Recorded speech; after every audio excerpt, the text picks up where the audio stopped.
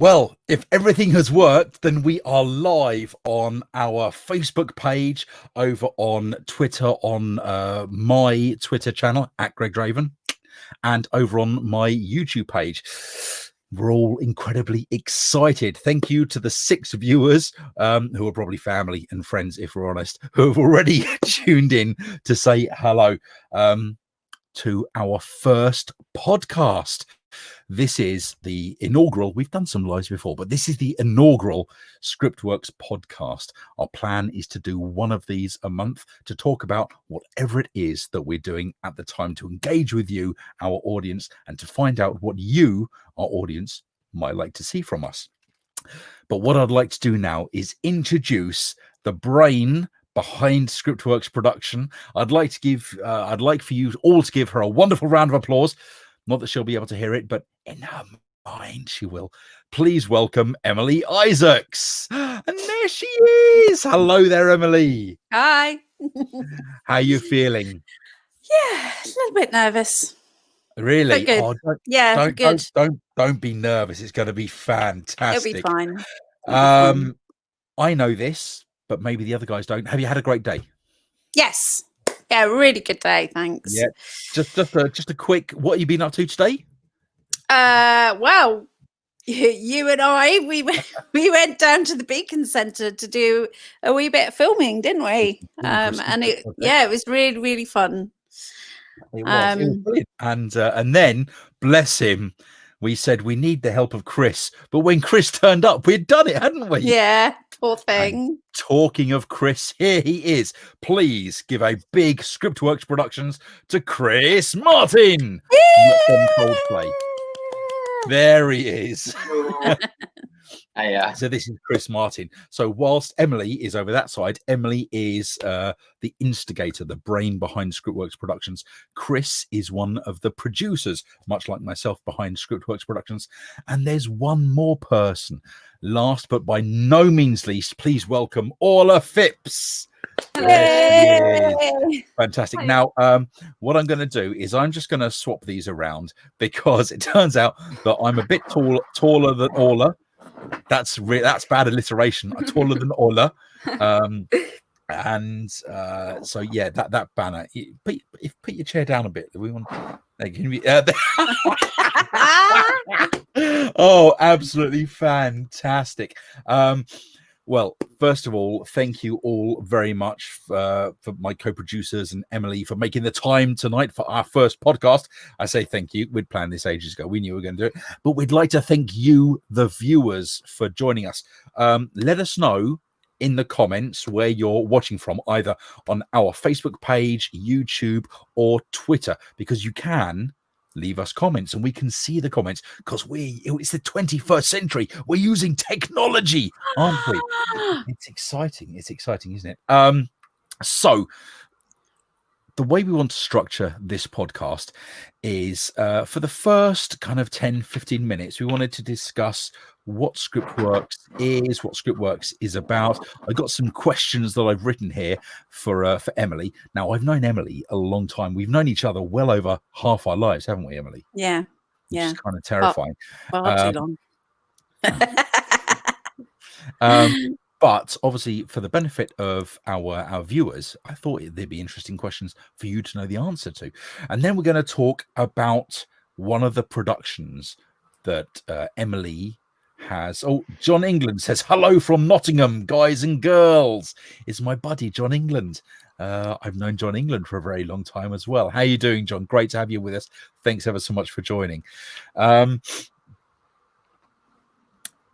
going to speak about one of the productions that Emily has written a script for. TV show, film? Yeah, it's a TV series concept. TV pilot concept, absolutely. Now we know that there's a lot of love out there for this idea, but we'll talk about that a little bit later. But what I'd like to do, I've got some questions here on my phone, and I'm going to start now by speaking to Emily a little bit, and we'll then speak to these other guys and find out what's going on with them. So, Emily, what I'd like you to do to our audience of 9 people, we have Luke Meffam joining. Hi, Luke. Luke has given us the clap. There we go. Wonderful. Thanks a lot, Luke. I'll phone the doctors tomorrow for that. Tell us a little bit about you, Emily, and why did you decide to become a filmmaker, and how did you start your career in film? Okay, so I guess I grew up in. Oh, really? I grew up as a photographer's daughter, so I was kind of like always in the advertising fashion scene. I literally, it was our house, the studio. So I kind of grew up with models and makeup artists and art directors all kind of swanning in and out at all hours of the day. So that's kind of where it all began. And then as I grew up, I developed an interest in drama and films, but along the way I got kind of not steered, but I just ended up doing music. So I initially went to Trinity College of Music, and then I was like a cello teacher for about 20 years. And then I had a chronic illness, and I was housebound and bedbound for about 5 years. So I thought, well, I can't play. So what can I do? So I thought, well, I can still write. So I went back to my first love of writing, and I did an English literature degree. And as I was finishing that up, I met a director who lived locally, John Langridge, lovely guy, who invited me and Gino to work on his film. So we did that for 2 years, and that was it. I was hooked. It was fabulous. It was a really, really good experience. And of course, as you all know, that's where I met you guys. Well, that's where you met Orla and Chris. And Chris, yeah. But also what we then realized was that's where we met again, because I came on as a cast member, the villain, the woodsman, and then was offered a producer credit for helping get the film made. So our worlds blended together, didn't they? Yeah. It was, it was fortuitous. I think. Good word, fortuitous. Now, what I'm going to do now, I think, is I'm going to grab the bull by the horns. We got some more hellos. We have hello from Angela from Loughborough. She's looking forward to this, and she has questions. I like this. Ask your questions. And we have a friend of mine, Kirsten, saying hello, giving us a wave. So hello there, Kirsten. Thank you for joining. Please do give our live a share and get people, other filmmakers, other actors, producers, anyone you know, give them a tag, get them involved, because we'd love them to see this, because we want their money. So the I'm going to ask the same question to Orla about how did you get involved in filmmaking, and I'm going to make the screen big for you. Nice. The floor's yours. I will talk about that. Well, I had wanted to get involved since as long as I can remember, but then I haven't got a great memory anyway. So I remember I used to make little YouTube videos, and I didn't have a camera, so I used my Nintendo DSi, and they were awful. And then I just was reading up about it all the time, constantly watching movies and things. And then I had a friend who's I think her mum's friend was friends with Emily, and she told me about the fact that they were filming locally in Eastbourne, and I was like, I want to get involved. I would like to volunteer my time as a runner, and that's when I first got started. And since then I've got 2 years of a degree down on film production, and I love working with you guys, and that's kind of the story so far. Just always really wanted to do it and enjoyed it, and I'm still enjoying it, which is a good sign. So yeah, I think that's pretty much it.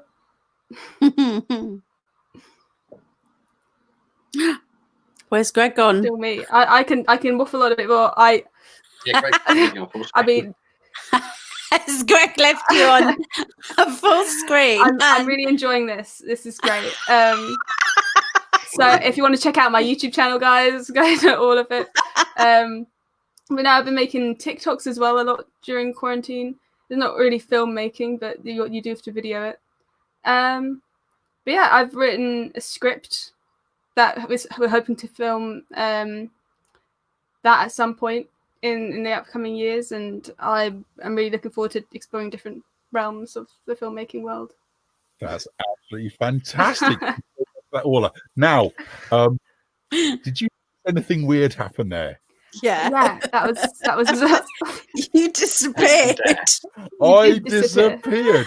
But Orla, well done. Because see, I guess had I not have said anything, the viewers wouldn't know. But we did some. We did a bit of a test half hour ago, didn't we?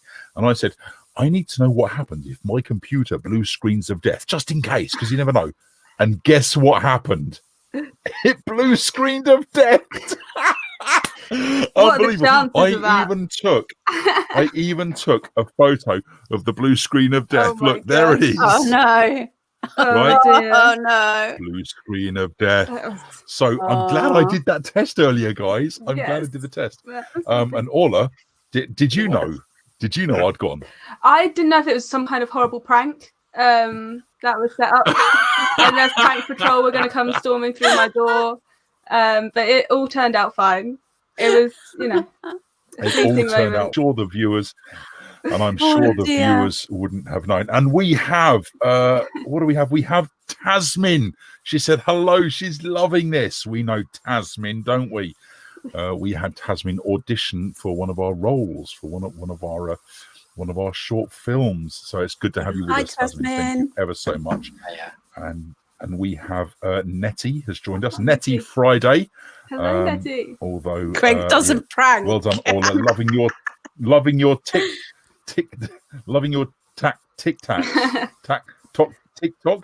Oh, loving your TikToks. Yeah. Did you talk about your TikTok while I was panicking? I was also panicking. Yes, I did bring it up. Okay. It's excellent. Well, I'm really looking forward to watching the replay later. I said it's not really filmmaking, but you do have to film them. So that's all I said, really. I think that's valid. But it is filmmaking. Yeah. Isn't it? Filmmaking is getting a camera, pointing it at something, and filming. Yeah, that's filmmaking. True. Yeah, that's absolutely. Filmmaking. Right. So let's go to Mr. Martin, Chris Martin, and let's pray to the gods that my my computer doesn't blue screen to death. If it does, just keep talking until I come back, okay? Great. Yeah. Hey guys. So my filmmaking, went to uni, did a theory course in filmmaking there for 3 years, and then came out shortly after that, years after that, joined a events company in Eastbourne called Acting Moon Events, which is where I met Greg. Did a bit of work with them for a couple of years, and then I got invited on 13 Graves through Greg and John. Worked on that and done a few little bits here and there since, and now Scriptworks, and looking forward to whatever we've got in the future. We've got quite a few good things planned, and hopefully onwards and upwards. And Chris has just given you a masterclass in how to answer a question quickly. So well done, Chris. That was very, very good. Hi, James. Yeah, we got lots of people. They all appear to be from Facebook. Really, we got Claire. She worked on 13 Graves. She was one of my acolytes, Claire. if you remember. And James says, "Howdy, everybody." Thank you very much for joining us, James. If you don't mind, I might explain some of my journey with Scriptworks and into filmmaking. And I'm going to do this. Look at that! I have the power. Hello, everybody. My name is Greg Draven. Let me just hide that. Look, you can see. Oh, I did it again. Down there. My name, Greg Draven. You can follow me on Twitter. You can follow all of us on Twitter. Follow our pages. Just do everything. Just spam us with questions and spam us with your love as well. Because love spam is brilliant. Wait, love spam. That sounds like a folk band. That's awesome. Anyway, back on track. My name is indeed Greg Draven.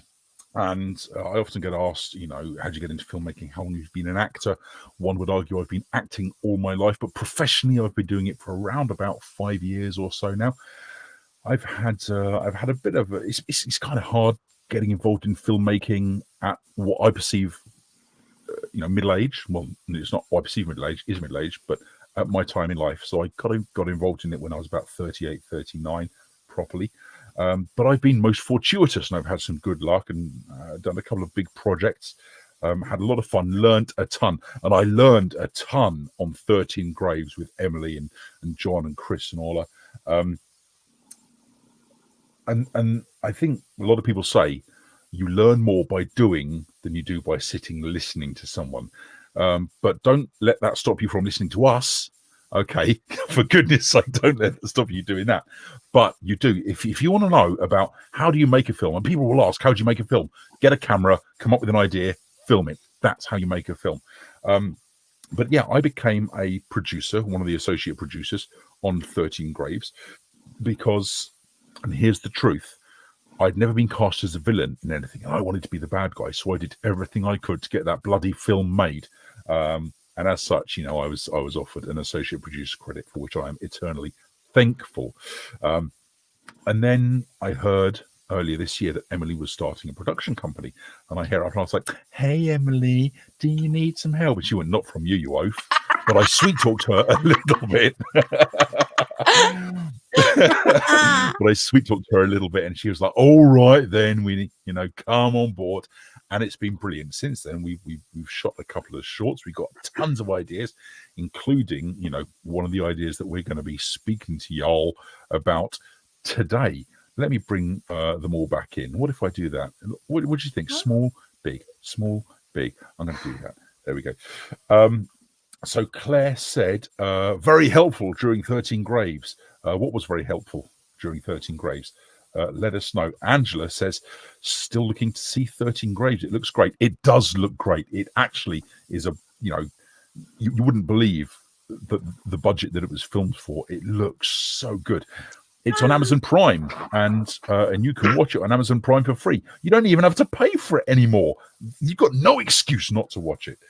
And Claire was lovely. Totally worked well as the bad guy. That's fantastic. Thank you very much. Hey, look who's joined us. Matt, oh my God, Matt it's Wilkinson. Matt. Let's give Matt a clap. Yes, Matt. And I'm going off tangent, but this is what happens with lives. Matt is one of the best soundies you'll ever meet. Not only is he not an arsehole, but he knows exactly what he's doing, and it's important not to be an arsehole. Oh yeah. In fact, maybe one day we can get Matt on one of these, and he can tell us a little bit about what he does. Would you reckon? Yeah, would you be up for that, Matt? That sounds great. Yeah. Would you be up for that, Matt? That would be fantastic. No, thank you. You're going to disappear now you said that. No, thank so look, you. Claire said Chris yes, was it's helpful. live, darling. Oh, that's very nice. Yeah, and what about the rest of us, Claire? Yeah. Huh? What about the rest of us? Huh? Huh? What about the rest of us? He's not an arsehole. I like that. It's Love a little it. bar when you start with "is not an arrow." He's in. Well, that's brilliant. Yeah, Matt, we'll have you on. We'll line up one of these other shows and get you in there, dude. That'll be absolutely fantastic. Now we have got some questions, but we're going to save them for a little bit later. Now, what we do have to talk about is our social media guy, Lawrence. He's not able to make it this evening, but Lawrence has been looking after the social media for us for a little while, been doing an absolutely fantastic job there. And, we were hoping he was going to be able to join us this evening, but he's snowed under because he was skiing and an avalanche came under. But yeah, he's not snowed under. He's just very, very busy at university. Is it university or college? University, yeah, in Southampton. It's Southampton University, nonetheless. I love Southampton. I went there with my daughter because she was thinking about going there, and we loved it, and she loved it, but she ended up going somewhere else. But so she didn't love it that much. No, it was like her second. I think it was her second choice. Yeah, it's a nice. Okay. Right, I'm going to get into the next question now, and I'm going to big up Emily as well. And what I mean by big up Emily is that. Oh no! So right, Emily, why did you decide to start Scriptworks? And obviously, we kind of spoken a little bit about your involvement in TV and film, but let us know a little bit more about that and your work up till now. What you got? Hit us. Oh my God. Okay, so obviously after 13 Graves, I I wasn't lost, but after you've worked on a film solidly for 2 years and you've devoted your days, your evenings, your weekends, and then you've handed it over and it's in someone else's hands, I kind of then turned to thinking about all the projects that I'd had going on in the back of my head over the years, things that I'd started writing. And I thought, well, now is the time to start writing something. So I thought, well, what do I want to write about? What am I interested in the world? What's my soapbox? And I thought, well, I really want to do something about women and women's rights. So I literally just Googled women who haven't had movies made about them. Famous women who haven't had movies made about them. And I found a few blogs and I went down the list, and there's tons of them, so many, but one really jumped out at me, and that was the one about Alice Diamond and 40 Elephants. So I wrote the script, and it started from there, really. But Scriptworks didn't really come about until early this year, when lockdown hit, and plans that that had been in the works for other films obviously kind of just got put on a shelf for a while, understandably. So I thought, okay, well, I need to do something. What am I going to do? And I thought, well, no time like the present. Let's just get on with it. Let's make a company and go for it, and make a couple of shorts and just see what happens. And so Scriptworks was born, and it's been great so far. I mean, seriously, since we started it in March, we've managed to get 2 shorts in the can. They're almost ready for release. We watched The Chaste again the other day, and it's looking really sweet. I'm loving it. So yeah, but I didn't want it to be just a film production company, because the world is changing very, very rapidly. The way people consume content changes all the time. Because I think, if I can jump in, I think you classify Scriptworks as an online creative content company? Yeah. So what the fuck does that mean? Yeah, because okay, so back in March, and James will remember this very well, I went to the London Screenwriters Festival, which is fantastic. If anyone's a writer or a director or interested in film at all, join it, because it's amazing. You get some top-notch writers coming along to do lectures. I've met loads of really, really brilliant professionals through it. So it's well worth every penny.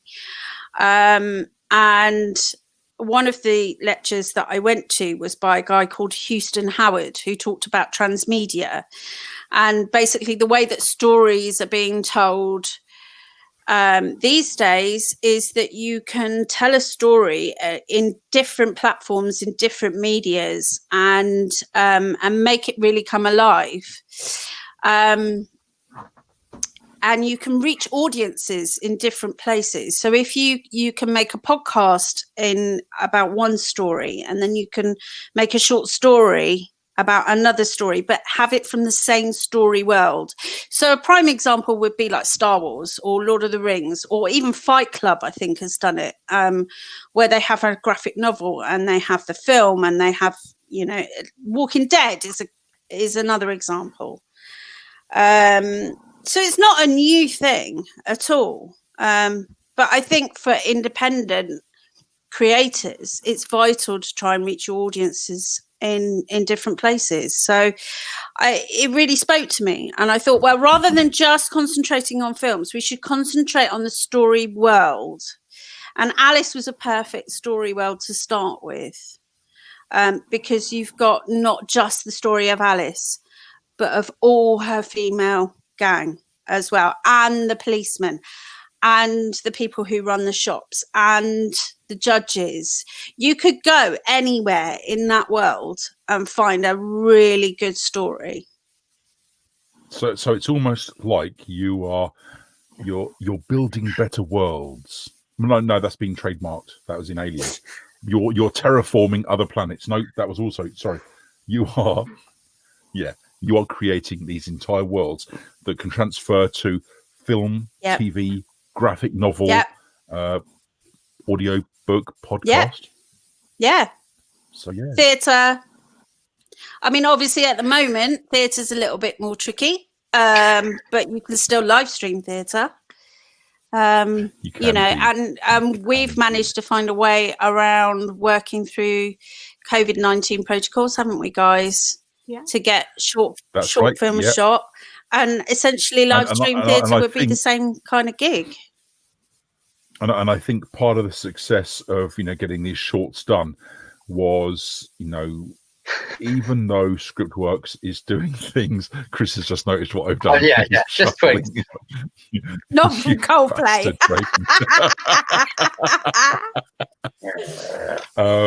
Which, to be fair, what's your Instagram and Twitter handle, Chris?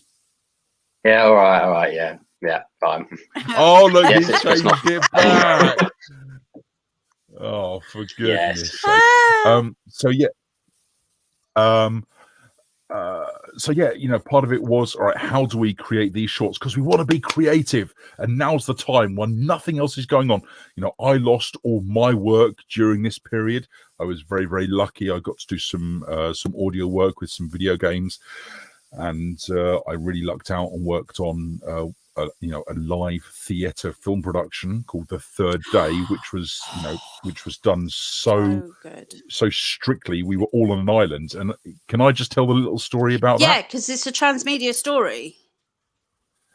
So I was involved in The Third Day, that the Sky One and Sky Atlantic HBO Plan B entertainment show, headed by the fantastic Jude Law, who deserves a freaking Oscar for what he did, so I worked on that last year. We were supposed to do a massive live event this year in May. It was a massive live event. It was going to be a bigger live event know. Because 2,000 people were going to be invited to come onto the island, and we were all going to be performing there. But then COVID hit, and it all had to be changed. And Sky were on the verge, I think, of just saying, "Scrap it. We'll just do the TV show. That's it." But the fantastic people at Punch Drunk said, "You can't. You've got to do this. This is what it's all worked towards. This one event." Yeah. So Sky just went, "All right, tell us how you'll do it COVID safe." And they did, and they got it COVID safe. So we were all trapped on an island together. Everybody had a COVID test before they left. Then when those tests came back negative, okay, you can come onto the island. We had a COVID test when we got on the island, and there was a one-day turnaround on the results. Anybody who showed symptoms were isolated. If anybody showed a positive test, the idea would have been, right, we now get another test that shows a definite positive.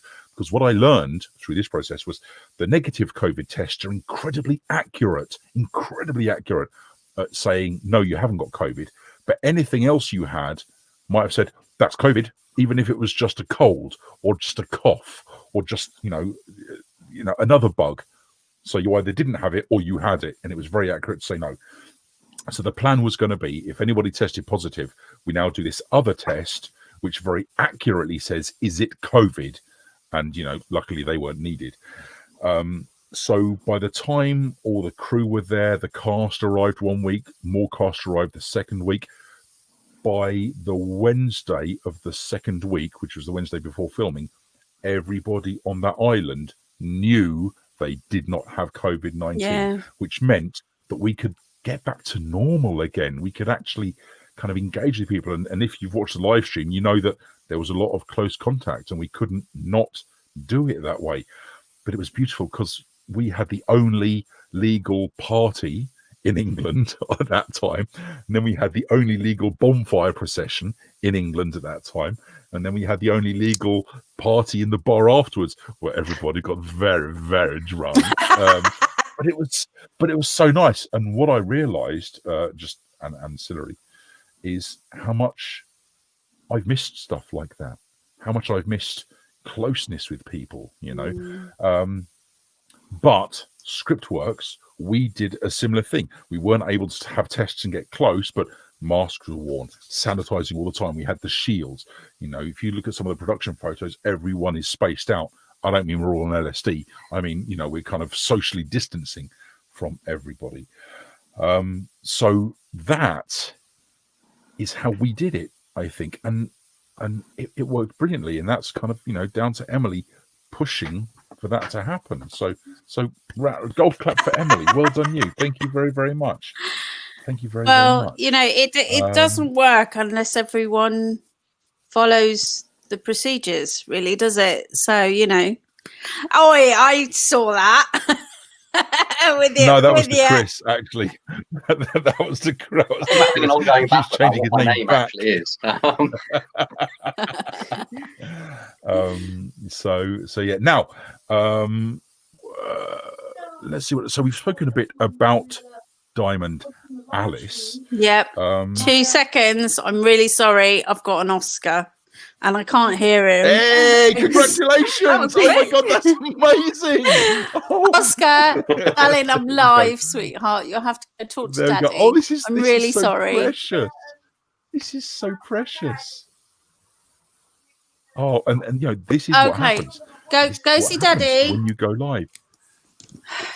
This is what happens when you go live. You don't know what's going to happen. I'm really sorry. Do you remember that live interview with the news of that kind of really fancy kind of suited and booted guy, and then his children burst in through the door, and then his wife comes sliding in. Yeah, beautiful. That's just like, that's internet. Do you know gold. What? With kids who've got autism, that happens every single time. Guaranteed. And while you've spoken about that, obviously I'm not going to go into personal details too much, but your familial connections were what enabled us to use a wonderful location for our short curveball. Yeah, we were really, and I know we shouldn't be talking about this, but hey, this is live. No, we can do what we it's want. Fine.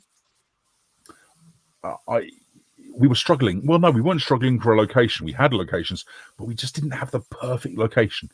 Right up until Emily said, well, we live practically opposite a hotel called Chalk Farm Hotel, and I used to work there like 20 odd years ago as a waitress, but they're now a learning disability centre, and because Curveball is about a couple who are trying to come to terms with the fact that they're going to have a child with special needs, I thought, well, it would be perfect to film it there. So I went over and had a chat with them, and they were amazing. They were just like, yeah, sure, come over, it's fine, you can have the garden, whatever you need. They even made Greg a bacon butty one morning, didn't they? It was so nice. Yeah. It was so So if you had turned they up, are brilliant. They are so. Paula was there. I just not that day. Bacon Not butty that day. day. No, not bacon. Devastated. Not that day. But yeah, they were amazing, and we can't thank them enough. So thank you very much. No, they were absolutely amazing. Do you know what? I kind of feel that this is. I know that obviously Emily's dressed up for the occasion, and Chris is just always handsome despite being 44. And then my here we go. I think I should have dressed up for the occasion. So I think I'm going to put on something a little more glamorous. There you go. I'm going to slip into something a little less comfortable. Oh, there we go. There we go. Oh, now I feel. There we go. Yeah, there we go. Marvelous.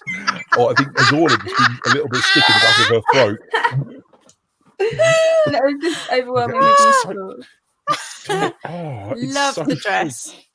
I didn't realise we were on the red carpet tonight. Nice. It's gorgeous, isn't it? Just quickly, we got some hellos. We've got Wayne. We've got Hi, Wayne. Wayne. Hello there, Wayne. I really, really want to work with Wayne. Oh. I really do. We've got Claire saying she misses Bonfire. I know Claire's a bonfire lass. Angela said it was an amazing opportunity. What's been said? Tamsin's just said, "Oh bloody hell!" Well, do you know what? This is what you can expect from our live broadcasts. Who knows what's going to happen? Next week we'll have Chris in a thong. So no one needs that in their life. Oh no, Chris will be. Chris, sorry, I meant Chris will be thinging a thong for you all. There we go.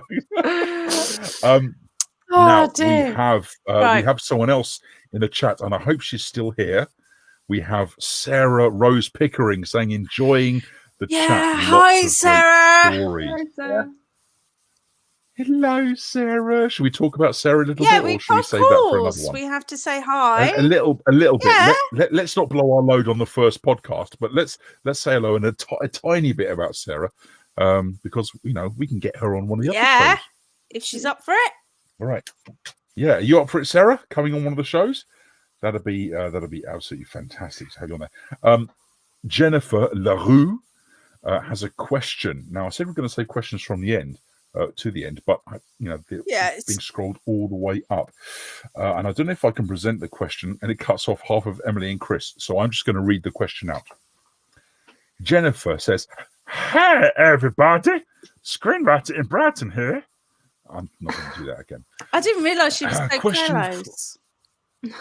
A question from me for Emily, but to anybody else to weigh in. What is your experience been of neurodiversity in film, ADHD, autism, etc., both in terms of filmmakers and the concepts themselves, the representation? I ask as an ADHD woman who has already experienced misperceptions on what it means. So she is hyperproductive of a writer because she gives a shit about it. Okay. So I'm gonna. Okay. So Emily, go for it. I actually haven't had the chance to work with anyone apart from Orla. I think. Yeah. Because Orla, I hope you don't mind if I mention it, but I think too late now. Is it all right? Sorry. Yeah, no, please do. Yeah, completely announce it on live. When I saw that question, I was very excited. Yeah. Good. So do you want to talk a little bit about your situation? Yeah, absolutely. I was 19, I believe. I just finished college when I was diagnosed with ADHD, and it explained a lot, to be honest. But I've been learning more about it since being diagnosed, and I've in lots of groups about it, and a lot of people, especially women, we don't have as much of a representation in the media. At least for me, when I thought of ADHD, I would picture like a little boy in a classroom being told off. That was like the only thing I'd heard really about it. But from my experience and from learning more things, I think filmmaking, if you enjoy it, is like the perfect job for somebody with ADHD, no matter how hard it is to get into. When I think the problem with ADHD is that you can't choose what you focus on. So if you enjoy something, you're more likely to focus on it. And with film production, in the nature of the job, it changes a lot. And I think that's a great thing for somebody with ADHD, because it keeps, at least me, it keeps you excited. You can do all kinds of different things with it, and you have an opportunity to share stories as well. And if, maybe in the future, we can share a story about somebody with ADHD with a similar story, it'll be double interesting. And I think it's a really great medium, and it's a shame that not everybody is using it to portray things that are different, but hopefully in the future things change. Awesome. It's really good to hear. The filmmaking is the perfect outlet for somebody with ADHD. Jennifer herself says that she was diagnosed at 39. Masking is a bitch. Now, does he mean COVID masking, or no? What does that Masking mean? with ADHD, at least from what I understand, is trying to present yourself as if you don't have it. So in my example, I am actually playing with Lego bricks right now, so that I'm not swinging my chair because my chair is really loud. and like if I swing it too much, the microphone will get messed up. So this is kind of masking that I'm not playing with this like outwardly on the camera, and it can be a bitch using those words. Yeah. I mean, I think I'd agree with that. Although I don't, I've never had a diagnosis, and I've never even spoken to a GP or a medical professional, because obviously 2 of my sons have got a diagnosis. Is something that I've mulled over in the back of my mind, and I have a very strong suspicion that that I have, and certainly I'm definitely leaning on the spectrum towards having autism myself, because I remember things from when I was a kid, like my brain going faster and then slower and then coming back to normal, and things like, I find it really hard to look at people in the eyes. Yeah, to have eye contact. Which really is- hard which is- for me. Yeah. Which actually, Emily's height really helps with that.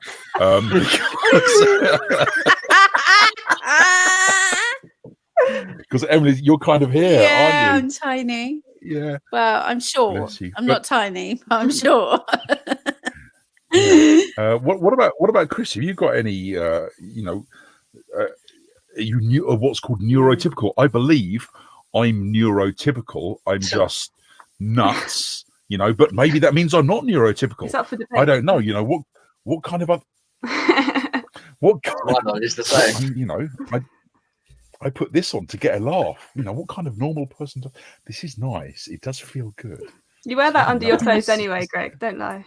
Yeah, don't lie. So yeah, Chris, what has your experience been? Because obviously, we've worked closely with Orla, we've worked closely with Emily. We've seen their familiar environments, and I'm just going to lead with this and say it's not a problem. No. Yet it's perceived to be a problem, but it's not. No, it's What do not. you think? No, I found it very interesting actually, because I've never been diagnosed with anything, and I've never thought about it, to be honest with you. And I don't know many people that have been diagnosed with anything like that.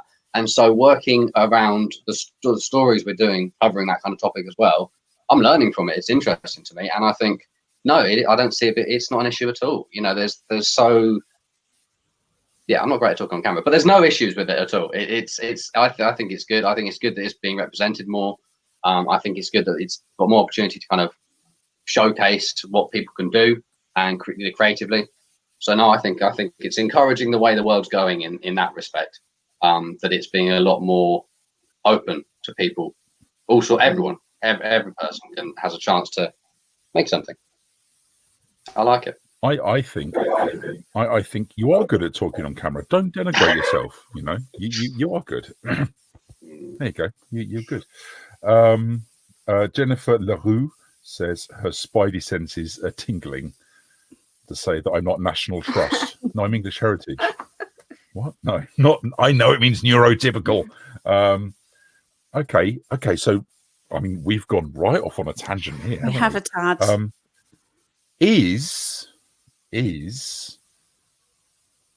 Are everybody not neurotypical in some capacity? Yeah, of course there is that theory that everybody is on the spectrum somewhere. Yeah. That's why it's called the spectrum, I believe. People can be in the middle of it, they can be on the end of it. Yeah, exactly. I think neurotypical is a very strange word, because typical is different for everybody, isn't it? Yeah, So. it's like saying reasonable. Yeah, reasonable is different for everybody. Exactly. What's reasonable for one isn't reasonable for another. But this is great. Kind of picking up. If I can just pick up on what Jennifer's saying in the chat here, she's talking about it's blocking. She thinks it's blocked opportunities for her, on the assumption that she won't be able to deliver. I do know of writers who, I don't really want to name by name because I don't have their permission to, but I do know that there are writers out there who are getting jobs, and they're getting sort of validation from the industry, and they're participating in the industry really fully, So just all I can say, Jennifer, is just keep going. That's all we have to do, is just keep going. And, you know, I think understanding is growing. And I think, I mean, last year I was lucky enough to win a competition run by the David Hyam Associates, who are a literary agency, and they're fantastic. And they ran an agency for underrepresented writers. So that was not just people with disabilities, but it was also people with who are from BAME backgrounds. And it was an amazing day. So yeah, look out for those kind of opportunities. I mean, I think they run that every year, but that's definitely worth applying to. So yeah, I hope that kind of helps in some way. Awesome. Right, what I'm going to do, I'm going to pull it back a little bit, because as Jennifer has rightly said, this could be a subject for an entire podcast of its own, you know, diversity, not just, you know, ethnicity and gender and, you know, physical ability, but all kinds of diversity within media, and especially transmedia. You know, if we're producing audiobooks, you know, there's you know, producing graphic novels, writing, there's so much opportunity. The world just kind of opens. Everybody of every ability. Absolutely. I'd also like to say that Sarah, around about 10 minutes ago, said she's still there and that she would love to come on one of the shows. Also, I hope Sal's still with us. Sal Jones, looking gorgeous. Great. Hi, obviously. Sal. There we go. Well, I am, a large-chested blonde. So there we go. That's absolutely fantastic. But yeah, Sal, we're very, very. I mean, can I say what's going on? Yeah. With Halfway Hotel. Yeah. Sal is going to be playing the mother in Halfway Hotel, which is our third planned short, which was born out of a competition that we put out.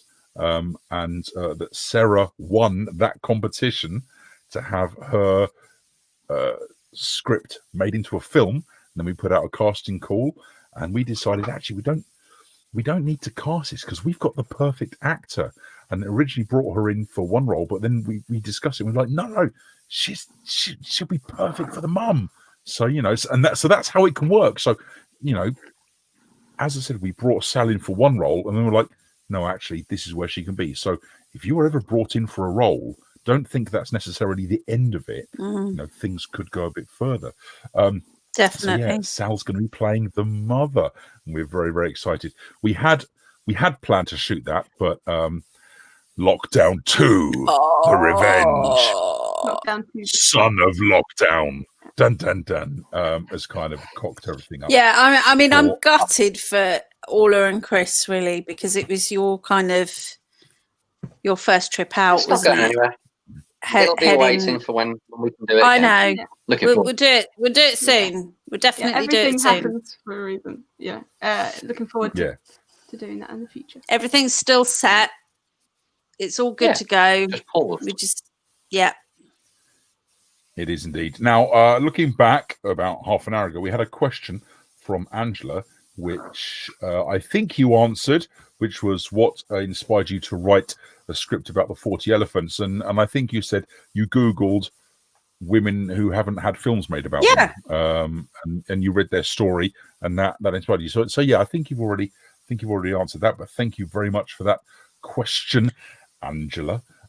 So what we're going to do, we're going to kind of move away from that subject just for the reason of timing. And I've still got a couple of questions, and we've got a big announcement at the end of this show. So you've got to stick around. Please share this video because there is a massive announcement at the end. So whilst Emily has sent me the script for Diamond Alice, I haven't got my fat ass into gear to read it properly yet. Scriptworks Productions is based on honesty and transparency. Yeah. So I'm being honest and transparent there. So this is a wonderful question. And I was like, I'll ask this question and make it seem like I was doing research. But what I thought is, Emily, can you tell us more about the characters in Diamond Alice? And where does the story go after the pilot? Taking into account where we're living now, the whole Me Too movement. And what are your thoughts in relation to turning it into a TV series? Okay. Wow, that's quite. All because I haven't. That's like 5 questions. All because I haven't. There. Okay. Tell us everything. So I'll just tell you everything about it. Yeah. Okay. So obviously, when I first discovered it on someone's blog, I was like, "Oh my god, there's this woman. She was a criminal, but she was in charge of like 60 other women. There were like 60 women in this gang, and I just thought it was an amazing story. So I started doing some research. I started doing some research on Ancestry, and then I found a book on Amazon, which is a great book by, I think it's by Brian McDonald. So that kind of formed part of my research, but I also did my own research on Ancestry. I was talking to a professor I think he was a professor from York, possibly. I can't remember. It was a couple of years ago now, who actually wanted to use some of my research in his work on the McDonald family. But yeah, there was this whole criminal underground network of different families, all based in Lambeth. And I just thought there's a perfect story world there. Yeah, that's the one. It's a perfect story world where you could just kind of obviously focus on Alice and her leadership of the gang, but you can also go into the different women's stories, and you could go into the policemen, and you could go into the judges. And it's so big, you wouldn't be able to cover it in just 90 minutes in a film. So I thought, well, it kind of really needs to be a TV series. So you've got Alice, obviously, as the leader of the gang. And when she comes into her own, obviously, there's already a leader because the gang started much, much earlier than when Alice took over. So when Alice took over, there was a woman called Mary Crane, who was infamous herself. And they made a musical about her. So she was very well known, and she used to turn up to court cases with these massive elaborate hats with like huge feathers coming out of them and dripping in jewels. And she sounds like an amazing character in herself, because she really went through the ringer as a young woman getting stuck into institutions because she was slightly naughty. And back then, institutions were quite severe. So I think the psychological aspect of the way that they treated female criminals back then really appealed to me. So there's that. And then there's also the interrelationship with the women and their men, and the fact that they were going out often to provide for their families because there weren't any jobs. It was the First World War, and there were so many different things going on. There was the war. They had a pandemic going on at the time with the flu as well. So there's 1,001 things to stick into this idea, and it's so juicy that I just think we can pick it apart. We can pull at it, and that's where I need everybody's help. Because I can, I've written a pilot, which people have expressed interest in. But of course, because I haven't written anything significant before now, because I haven't done the usual work my way up doing EastEnders and Casualty, and then earn your credits bit by bit until they finally say to you, okay, now you can run your own show. I'm at the point now, personally, where nobody's going to give me £7 million to go and make a TV series. It's just not going to happen. No matter what? Yeah, but that's not what you told us when we all joined. That you said I've got £7 million for a TV. So the idea and this is kind of going back to the Houston Howard thing, and somebody else who I know from London Screenwriters Festival is doing the same with her idea, and I think it's a brilliant idea, and I wish her so much luck with it, with her Robin Hood story. It's going to be amazing. But obviously I have my Alice story, and that's the one I want to bring to the world. So part of the reason why I built Scriptworks was because, yes, I can send out the pilot and I can try and get production companies interested and I can enter competitions, and I'll still be doing that, but it takes time. Quite often when someone sends out a pilot, it can take 7 to 10 years before someone picks it up. And that's not because it's a bad idea. It's just because things move really slowly. Big decisions take time. And when you're talking about millions and millions of pounds, it's quite understandable that it takes quite a long time. And also when you're talking about studio investment, you know, if we were to win the Euro Millions and have 200 million, we could get it done. Yeah. But when you have other studios involved, they all want their finger in the pie, Yeah. quite rightly so. Yeah. And that's what takes the time as well. Yeah. And also, as you say, there's the IP element to it, the control about it. I mean, everybody's heard about the story about Michaela Cole, who turned around and said that to Netflix because they wouldn't give her 0.5% control over her own IP. I haven't heard the story of that.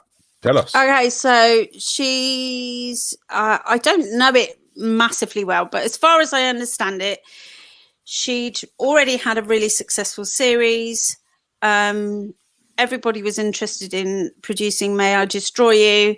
Netflix wanted in, but they said, absolutely not. Can you have any percentage of the profits and any percentage of the control over the copyright?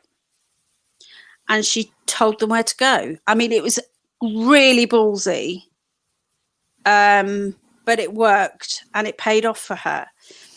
So in a similar kind of way, the idea behind what we're doing is to present our idea to the world. Obviously, it's not the kind of creative idea that I've completely and utterly thought up by myself. This is obviously a bio. So technically anybody could write a story about Alice. And I know I'm doing myself a disservice by saying this, but because it's a biography, it's like Elizabeth I. Anyone can write a story about Elizabeth I. Anyone can write a story about Henry VIII. Anybody can write a story about somebody who was real, who is dead, because there is no defaming the dead. But the trick is that you get people excited about your take on it, about your slant on that world. And this is where I think we collectively really have something to offer, because we've got a really balanced team. We've got 2 women, 2 men, a mix of ages. Admittedly, we haven't really got an ethnic diversity yet, but that's more to do with the fact that I've not met anyone who's interested in coming on board the project as such. And as Scriptworks, of course, grows, yeah, as Scriptworks grows as a production company, because it's in its infancy, and you start with the tools that you have, and you know, Chris is a tool, and Ola's a tool, Yeah. and I'm a tool. yeah, Wait, no, that's, No, you're right, you're right. yeah, we're all tools. but yeah, it's, you know, I just want to jump in there because arguably this is what we call dangerous ground, but Scriptworks is born upon transparency, and these, you know, this lack of ethnic diversity within Scriptworks isn't because of some disdain of those ethnic minorities. God, no. It's just purely because people are using the people that they've met. That may be indicative of a wider issue. Yeah. And bit by bit we can destroy those issues or tear down those issues. Yeah, and address them. But we Yeah, also gotta- absolutely. You've got to find the people to get a ball rolling. Yeah. You know, so yeah, but and it is dangerous ground, but it's interesting ground because we got to work out how to make a level playing field for everybody and anybody that wants to have a go. And I would say, and I haven't run this by Emily, but I'm one of the users. What can she do? If you want to have a go at something, let us know. Oh God, yes. If you want to come along on a shoot, there's no money in it. We're doing this all for free, and we're doing this all for the love until we can say this is what we can produce. Give us £7 million for a TV show. If you want to come along, if we can make it happen, we'll bloody well make it happen. Come along, join us. You know, but on our journey. The main reason why we're starting, and if I can say this at this point, why we're starting the Patreon page. Dun, dun, dun. She's just blown the big announcement. Bloody hell, Emily. Sorry. It's your company. You can do what you want. It's because it's more about showing the industry that the concept has an audience out there. So if people are happy to chip in £1 a month, you know, to say, yeah, I want this made, and we can get to a point where we can go to a production company and say, hey, look, we've got 30,000 people or 40,000 people who want to get this made. That will kind of really help our cause. And help things move along as well. It will help us be able to invest in those kind of areas. But first and foremost, obviously, if people are willing to chip in a little bit every month, we want to be able to deliver some content to you. And that's not just me, that's everybody who's involved. And so, on that bombshell, we'd like to make an announcement.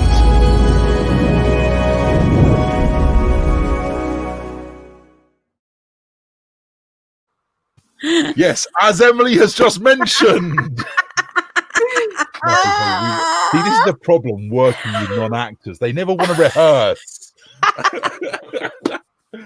As Emily has just mentioned, Scriptworks Productions has a Patreon page.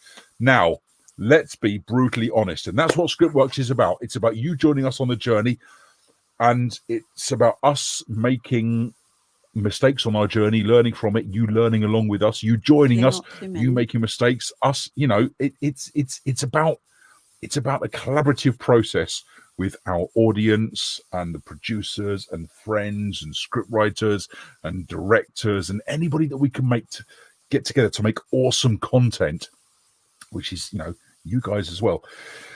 But we want to show, as Emily just said, we want to show that there is an audience out there for that. And also, and the brutal honesty of it is that we would love to make, you know, movies and productions for budget. And we would like to make a living from doing this. You know, that's the honesty of it, isn't it? You know, we can't not be honest about it. This is what nourishes us. This is what nourishes Orla and Chris. Well, I think pizza also nourishes Chris, but this does as well. And also, you know, and Emily and Gino and Lawrence, this is what nourishes us. And truth be told, I'm not good at much else, but I think I'm okay at this, you know. So this is what I want to do, making my living. And it all starts with these small steps. So what we are asking is for you guys to believe in us and buy into us. And it starts, what is it? Is it £1 a month we're asking for? Yeah, I think we've got £1 and a £5, I think, to start with. Just, that's it. I mean, £1 a month. Yeah, I mean, I think the £1 a month will get you kind of news updates and entry into chat groups so that you can keep up with the news of what we're doing. But obviously, to receive the content, I think it's about £5 a month, so that we can start creating stories and audio books and audio plays and live streams. And you will be part of the process all the time. So every month we will be asking our patrons, what do you want to see? Do you want to see a short story? Do you want to see an audio book? Do you want to see an audio play?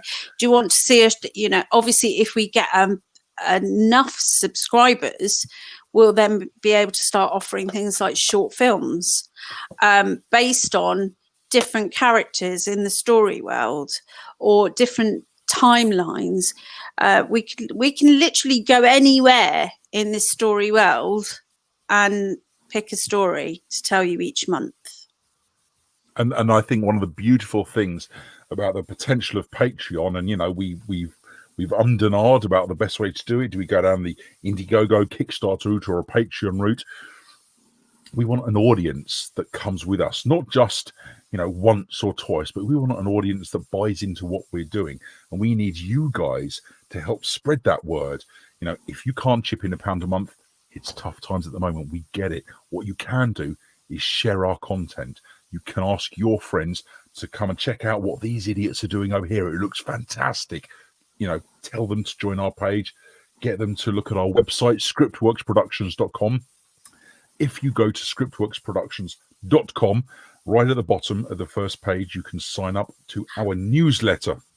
And what? Go on. I've just remembered I need to make the Patreon button at the bottom of the website go live. That's not live yet, right, yes. But it does say not live. But as soon as that's it removed, it will be live as well.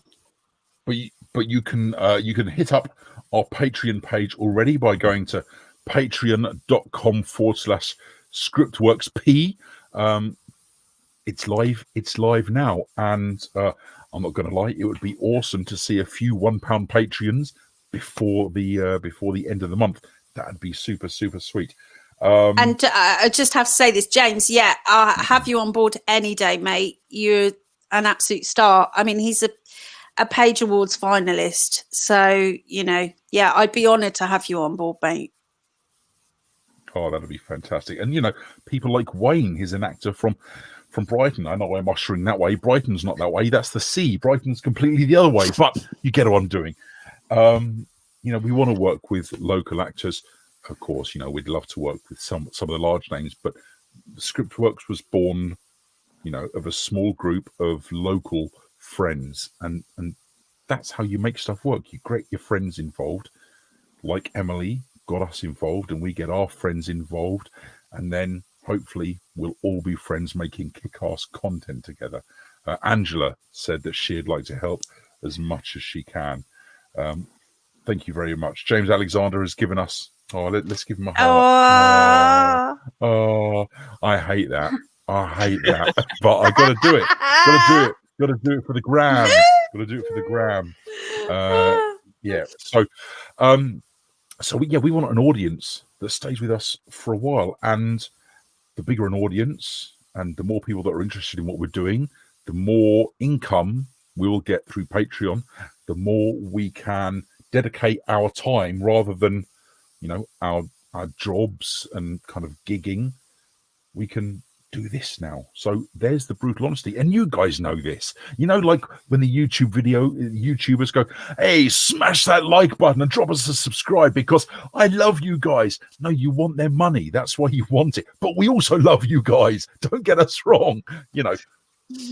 But that's what Scriptworks is. It's transparency and it's honesty. And I think, and this is kind of Emily's guidance. She said this is how I want Scriptworks to run. And we all love that. We hope you love that along with us. Yeah. So my last question was, Emily, why are you starting a Patreon? Can you see? Can you see what happens? I'm sorry. Oh. So James says Wayne is definitely going to be in the page script when it happens. Yeah. That's exciting. I'm now waiting for James's comment to say, and there's a role for Greg as well. Angela says, Angela's from Pulborough, West Sussex, not Loughborough. My typo. That's not a typo. Getting a place wrong isn't a typo. Bless her though. Yeah, I mean, obviously if there are, obviously we collectively, we all know quite a lot of professionals in the industry anyway. So any of you who are out there who are watching, who are saying, you want to get on board with the project in some capacity, then yeah, drop me an email, or drop any of us an email, and we'll sort something out. Because hey, Greg, you're in, and that's a really good script. James says that you're in. I just feel like I've crowbarred my way to somewhere I don't deserve. It's a but I do have a spotlight script. page. Yeah, it's really good. Right. In all seriousness, James, don't take my word for it that I can act. Ask these guys; they know I can't. But if you want to see me not acting well, go to my website, gregdraven.com. Thank you very much. I've got my spotlight link and stuff on there. Love to get involved. John England has given us the horns. John England is a fan of the metal. Oh, and bless you, Matt. If you write words, he'll record them. Claire says she's not a professional actor, but is willing to help out. Maybe come along as a runner. You know, that's kind of how Chris started out, wasn't it? And now look, you're a producer of a film company. That's quite a leap, wasn't it? Yeah, absolutely. I like that. If you write words, I'll record it. Oh. James and I, we exchanged scripts because obviously I saw that his script had was in the finalists of the Page Awards, which is they're a massive competition. So I was like, "Hey James, can I read your script?" And he was like, "Yeah, if I can read Alice." So we exchanged scripts, and I love his script. It's amazing. It's called Brighton Nightlife. It's great. It's vampires in Brighton. It's superb. It's kind of like I hope you know vampires in Brighton. Yeah, I know, but a bit like Kindred. No, not like Kindred. Oh No. Kindred was all very serious and very let's take each other seriously. And this is not if you played the Brujar, it wasn't. Oh well. We're geeking out here. God, what are you talking about? Oh, right. Kindred was a live role-playing game that I used to play, which was based on White Wolf's Vampire the Masquerade, because I'm a massive fan of role-playing. Did Orla just scoff? Yeah, no, that was my chair. That was my chair. Orla just went. It was an excitement. It was an excitement. You just outed me as an ex-role player, Greg. Hey, you're never an ex-role player. I am. You're always a role player that just hasn't. When are you playing the role? Is it when you're the vampire In fact, right, many moons ago, screw it. Oh, no. Yeah, I'm going to mute you. Look, I have the power. many moons ago, when I were a lad, I used to do some live role playing up on the Downs in Eastbourne. I'll unmute her now so we can hear her scream. You bugger. And thank you. And so I did like what was it? Was it The Realm? It was called Realm, wasn't it?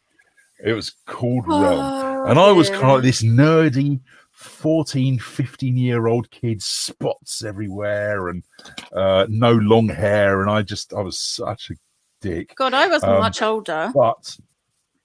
But I went up, some friends said, come up, do this live role playing. We run around hitting each other with rubber swords and stuff. And I was like, I'm in for that. I need friends. And I went up, and you have to create a character because it's role playing, but it's live role playing. And I remember creating a character. I can't remember the name of the character. But the very first other in-game character I spoke to was Emily's character. And we're walking up this hill. And I remember it so vividly. We're walking up the hill and she said, "Hark, traveller, where do you hail from?" Oh, my God.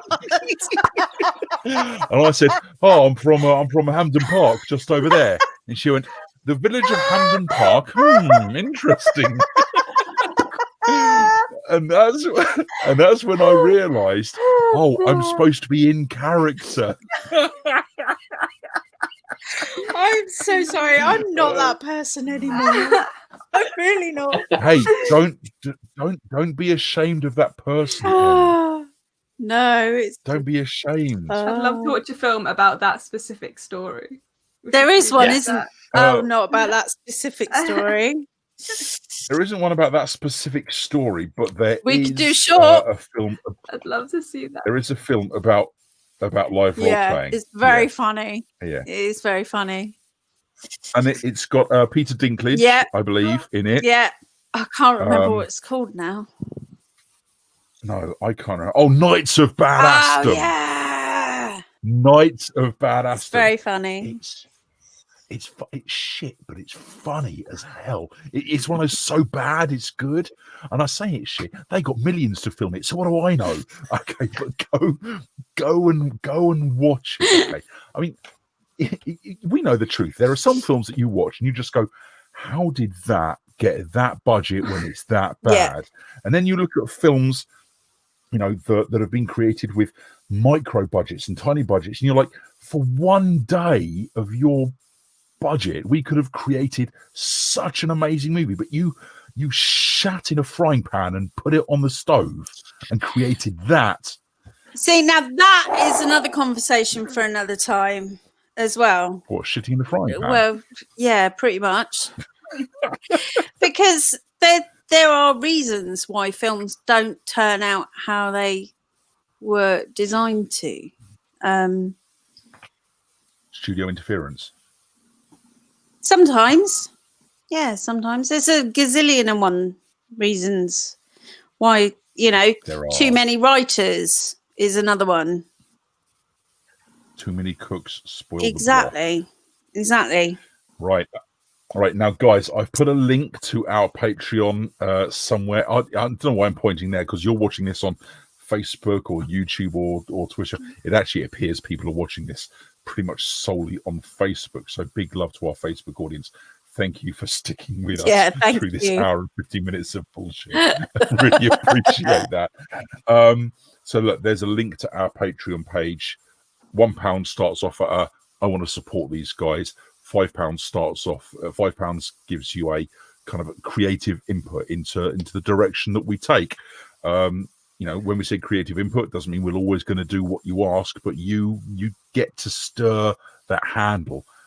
You're not one of the cooks. You're just, you know, you're just touching the tip, just the tip. Wait, no, can't wait. Yeah, don't do that. After 9, I can say that. But I think with that bombshell, and that's I think another fantastic podcast to talk about. Why do films? Where do you get the money to make these crap films? There's the title of a podcast. Where do you get the money to make crap films? And yeah, we got so many titles. If you want to have a say in what we talk about on our podcast, our Patreon page would be a great place to start. But what we'd love you to do, as I said, is go to our website, sign up to our newsletter, go to our Patreon if you're feeling generous. If not, share our updates, share our posts, like our pages. Every little helps. No, wait, that's taken as well, isn't it? I'm all about plagiarism, it turns out. It's really... so look, we're going to talk about some closing words, because I think we need to wrap this up. It was going to be an hour. It's approaching 1 hour 20. Chris, have you got anything that you would like to say? Oh, put me on the spot. No, I think, you know, we have covered it quite well. I think as a company, the whole point is to be, like you say, open and transparent, and to share ideas and to come up with new ideas of new things of representation. That's the key thing, I think, is the expanding the representation. So any support we can get is much appreciated. And hopefully we'll be bringing more and more things as the world develops a bit out. Hopefully we'll be bringing more and more things out over the coming year. That's absolutely fantastic. Right, Orla, you can see where this is going. So you're next. Yes, I'll move up now. My head is in the logo thing. Yeah, I just want to thank everybody for coming in and for commenting and for talking to us. I know it can be pretty scary before, you know, going live today and starting up this podcast. Everybody has their fears and stuff, and it's actually gone way better than I could have imagined with everybody who's tuned in and spoken to us. And I just want to give you all my gratitude, and I'm really looking forward to the next one and to hear more of your words and your questions. And I've had lots of fun today, so thank you all very much. Oh, that's fantastic. I'm going to go next. Thank you for listening to me, Babylon. Well done for putting up with me in this outfit. I've got to say, it's really quite snug. I'm not sure if I'm going to be getting out of it tonight, because I kind of like it. I'm going to go out for cocktails now. I've had a wonderful time kind of being the pseudo host of this. I've had a wonderful time listening to some of the stuff that I didn't know about Scriptworks and about Diamond Alice. I feel I don't need to read the script now. Thanks, Em. You can hear it. Like, read the script. Anything you can do to help us get in contact with us. We're all about collaboration. We're about honesty. We're about truth. We're about transparency. Because without any of those things, that's not really a recipe for success. There's so much clandestine stuff in this industry. We should all be looking after each other and helping each other. And I think truth and honesty and transparency is one of the best ways to do that. Thank you for listening to us this evening, guys. And I'm now going to hand over to the head honcho, the fantastic Emily Isaacs. I think just thank you to everyone for coming along tonight, for watching us ramble on. Obviously Alice is a project that I certainly hold dear to my heart, and I know I've spoken to lots of other people who've said, yeah, it's an amazing idea. So that's kind of why we thought we would appeal to you guys and try and get you on board with us. But of course, I wouldn't be here if it wasn't for not only Greg and Chris and Orla and Lawrence, but also my amazing husband, Gino. So I just want to say thank you to all of them because they're amazing. Oh, well, I mean, that's lovely. Thank you. I mean, technically, you wouldn't be here if it wasn't for your mum and dad, but, it's really nice to be included up there before mum and dad. So, there is my mum and dad. Of course, I have to thank my mum and dad. And of course, I have to thank Lucy and William as well, and Oscar and Ruben. But yeah. And yeah, I mean, we've all got, the people that, that kind of do everything, are our world. Yeah. My wife, Nikki, is exactly. one of those. She listens to me doing these up here, in the office. Say it's the office, it's the bedroom, it's where the magic happens, if magic is falling asleep. Nikki is my rock. She allows me to do this. Jennifer has said, there we go. And she's also said, right, so Chris, you first. I think you've got a separate video waiting for you after this, the by the looks of things. Right, go on then, lift one in the air. Absolutely not, because I'd like to say that I'm fully dressed in jeans and respectable clothes all the way down. But you're not. No, it's jogging bottom down there. So Oh my god. That's wonderful. All right, Orla, are you braving it? I would love to, but I don't think I'm flexible enough. There's the leg. Go on, Greg. Go on, Greg. Now this is some Patreon content. Oh, really? little bit of fun. But look, I got my socks on. Oh, How sexy. love it. Brilliant. Oh, that's so. Oh, it's very nice. It's very nice. Right. That is where I think we have to leave it before it goes really wrong. I think on one of these podcasts, we will all drink and get very drunk because you know what they say, in vino veritas. And so you'll find out what we really think. We're going to end that there now. I've had an absolutely fantastic time. Thank you very much, all of our viewers. Thank you for anyone that stuck with us from the beginning. Gorgeous. You're bonkers and we love you. Send us a message, say hi. When COVID has gone, we'd love to get together with people. We want to work with all you guys sometime in the future. So thank you very, very much. Thank you from Chris, who's down there. Thank you from Orla, who's over there. Thank you from Emily. Thank you from me. Thank you from Gino. Thank you from Lawrence. Thank you from my wife. Thank you from everyone that helps make Scriptworks what it is. We will see you guys very, very soon. See you later. Bye. Bye.